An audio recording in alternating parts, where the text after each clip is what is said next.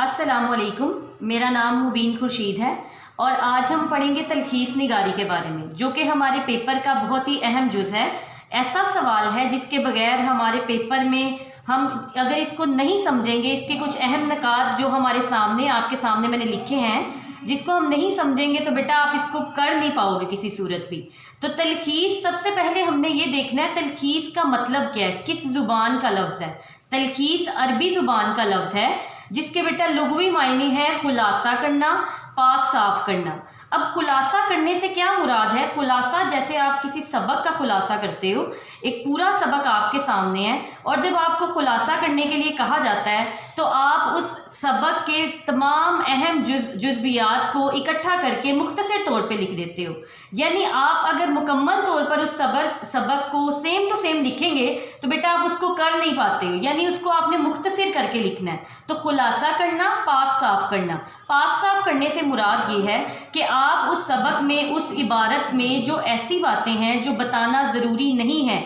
लेकिन इबारत की आराइश के लिए वो दर्ज कर दी गई हैं, आप उन बातों को बाहर निकाल दो और उनको ऐसी इबारत आप तख्लीक करो कि जो बात भी समझ में लग जाए, बात दूसरे तक पहुंच भी जाए और आप मुख्तसर तरीके से उसको लिख भी सको। यानी लुग़वी मानी के लिहाज से खुलासा करना और अपनी इबारत को पाक करना, अपनी इबारत को साफ़ करना, ऐसे अल्फाज से साफ़ करना, यानी आप उसको मुख्तसर तरीके से लिख दो, खुलासा लिख दो। आपके पेपर में बेटा एक तलखीस का पैराग्राफ आएगा, कुछ लाइनों पर मुश्तमिल होगा, आपने उसको मुख्तसर तौर पर लिखना है। अब मुख्तसर करने के लिए ये बात ज़रूरी नहीं है कि आप उसकी अहम बातें, अहम जुज़ उसके निकाल के अलग कर दो और आप कहें कि 6 लाइनें हैं तो 3 लाइनें लिख दी जाएं। तो ये मुख्तसर करना नहीं है, बल्कि मुख्तसर करने से मुराद है कि उस इबारत के अंदर जो गैर ज़रूरी हिस्सों से मुराद ये है, जैसे मिसाल के तौर पर अल्लाह ताला ने इंसान को पैदा किया, इंसान के अंदर अकल अता की, शऊर अता किया, उसे जानवरों से अलग कर दिया अकल की बुनियाद पर। तो बेटा इन 3 से 4 जुमलों को अगर हम इस ज़ुबान में कहें कि अल्लाह ताला ने इंसान को अशरफुल मखलूक़ात बना दिया, तो इसमें तमाम की तमाम बातें, इंसान का शऊर, इंसान की अकल, इंसान का इल्म, हमें तमाम बातें मुख्तसर तौर पर समझ लगती हैं। यानी गैर ज़रूरी हिस्सों को अलग करने से मुराद ये नहीं है कि आप इबारत की असल मौजू को छोड़कर, असल किसी लाइन को छोड़कर आप आगे निकल जाएं और आप उसको मुख्तसर कर दें। यानी सिर्फ मुख्तसर ही नहीं करना बल्कि गैर ज़रूरी हिस्सों को बाहर निकालना है, जिसके बगैर आपकी इबारत जो है वो मुकम्मल तौर पर समझ आ सके। अगला बेटा जो हमारा नुक्ता है जिसके बगैर आप इस तलखीस के सवाल को हल नहीं कर सकते, यानी एक तरीका बयान किया गया। अब कोई भी इबारत आपके पेपर में आती है और ये कहा जाए इस इबारत की आपने तलखीस करनी है, तो तलखीस आप तब तक नहीं कर सकते जब तक आप उस इबारत को बेहतरीन तरीके से नहीं पढ़ेंगे। अब सबसे पहले आपने एक दफ़ा इबारत को पढ़ा, मिसाल के तौर पर आपकी इबारत अल्लामा मोहम्मद इकबाल के मौजू पर है, इकबाल की पैदाइश, इकबाल की तालीम पर है आपकी इबारत। आप एक दफ़ा उसको पढ़ोगे, हो सकता है आपको कुछ निकात उसके समझ ना लगे, आप दूसरी मरतबा पढ़ोगे आपको उसकी वो वाली निकात भी समझ लगेंगे जो पहली दफ़ा में समझ नहीं आए थे, फिर उसको तीसरी दफ़ा पढ़ोगे, साथ ही साथ उसको पढ़ते जाना है और उस इबारत में से जो अहम निकात आपको लगता है कि ये बात बताना या इसको छोड़ देना लाजिम नहीं है तो आप उसको अंडरलाइन करते हो साथ साथ। तो बेटा इबारत को 3 मरतबा आपने पढ़ना है, उसके अहम निकात को अंडरलाइन करना है ताकि जब बाद में आप तलखीस लिखने लगें तो आपके सामने वो अंडरलाइन की गई इबारत, अल्फाज आपके सामने हो और आप उसको बेहतरीन तरीके से लिख सको। अगला बेटा जो हमारा निकात है, वो जो नुक्ता है हमारा बयान करने वाला, वो है 1/3 इबारत। अब कोई इबारत आपको दी गई है, मिसाल के तौर पर आपके इबारत के अल्फाज, कुल इबारत के अल्फाज आपके हैं वो 150 अल्फाज हैं, आपने उसको तकरीबन 45 से 48 अल्फाज तक करना है। आपने अपनी इबारत की लाइनों में जितने अल्फाज शामिल हैं उनको एक दफ़ा गिनना है, उनको गिन कर लिखना है कि टोटल अल्फाज कितने हैं। फिर उसके बाद आपने ये लिखना है कि मैंने जो तलखीस की है, यानी अपनी इस इबारत को जो मैंने मुख्तसर करके लिखा है, उनके अल्फाज को, उस अल्फाज को आपने लिखना है और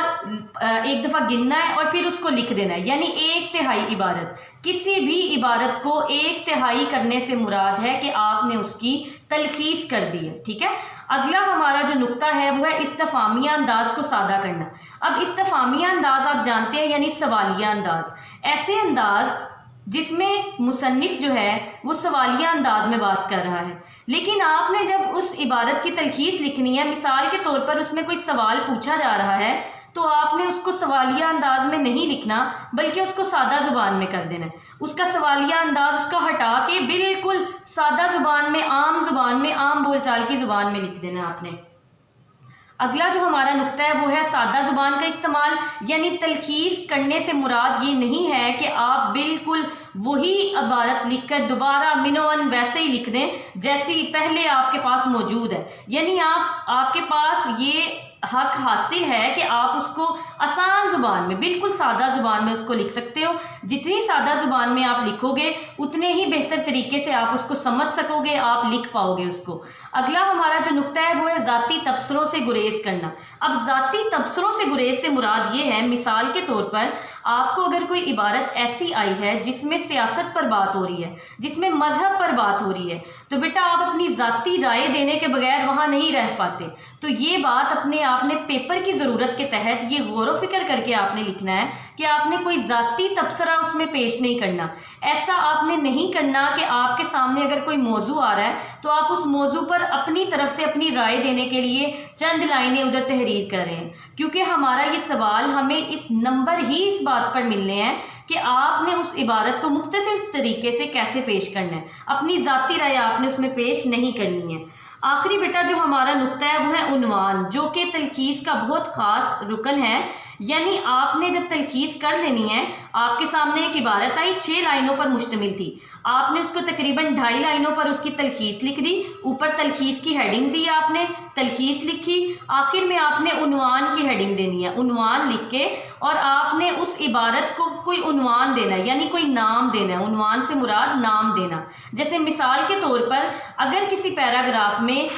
کالی رات کا ذکر ہو رہا ہے، تاروں کا ذکر ہو رہا ہے، بادلوں کا ذکر ہو رہا ہے، چاند کے مکمل نکل آنے کا ذکر ہو رہا ہے، تو بیٹا آپ کو یہ بات پتہ چلتی ہے کہ کسی ایک موضوع پر بات ہو رہی ہے، یعنی چاندنی رات کی بات ہو رہی ہے، کچھ درختوں کی بات ہو رہی ہے، ٹھنڈی ہوا چل رہی ہے۔ ان تمام باتوں کو کسی بھی پیراگراف کو پڑھتے ہوئے آپ کو یہ پتہ چلتا ہے کہ کوئی ایک خاص موضوع ضرور ہے جس پر بات کی جا رہی ہے۔ جیسے علامہ محمد اقبال کی وفات کا ایک منظر ہے، اگر وہ آپ کو عبارت میں آ جائے تو آپ بیٹا اس پہ پہلے اس پیراگراف کو پڑھو گے، پھر اس کے آپ کے ذہن میں آئے گا کہ اس میں تو صرف اقبال کی وفات کی بات ہو رہی ہے، تو آپ اس کو عنوان دے دو گے اقبال کی وفات۔ اگر وہ چاندنی رات کی بات ہے تو چاندنی رات، اس کو آپ یہ نام دے دو گے۔ یعنی عنوان جس قدر مختصر ہوگا اتنا ہی بہترین ہوگا اور آپ کو اس میں پورے نمبر ملیں گے۔ تو کوئی بھی پیراگراف اگر آپ کو تلخیص کرنے کے لیے پیپر میں آتا ہے تو اس بات کا خاص خیال رکھنا ہے کہ آپ نے اس کو ایک تہائی سے زیادہ نہیں ہونے دینا، اس میں جو استفہامیہ انداز ہو اس کو ختم کر دینا ہے، بات جتنی سادگی میں ہوگی اتنی بہترین ہوگی، اور آخر میں ایک عنوان آپ نے ضرور اس میں تحریر کرنا ہے۔ اور عنوان کی خاصیت یہ ہے، یعنی کسی تحریر کو نام دینے کی خاصیت یہ ہے کہ وہ جس قدر مختصر ہوگی آپ کو اتنے ہی بہترین طریقے سے اس پر نمبر ملیں گے۔ تو یہ ہے ہماری تلخیص نگاری۔ آپ نے اگر تلخیص کرنی ہے، آپ اس کی مشق کرنا بہت زیادہ ضروری ہے۔ اگر آپ یہ سوچیں کہ آپ پہلی دفعہ میں ہی آپ کے سامنے کوئی پیراگراف آئے اور آپ اس کی تلخیص خود سے کر لیں گے تو اس کے لیے آپ کو اس کی مشق کرنا بہت زیادہ ضروری ہے۔ اس کو 2 سے 4 بار خود سے کرنے کی کوشش کیجئے اور پھر تلخیص لکھیے، انشاءاللہ بہترین تلخیص آپ لکھ پائیں گے۔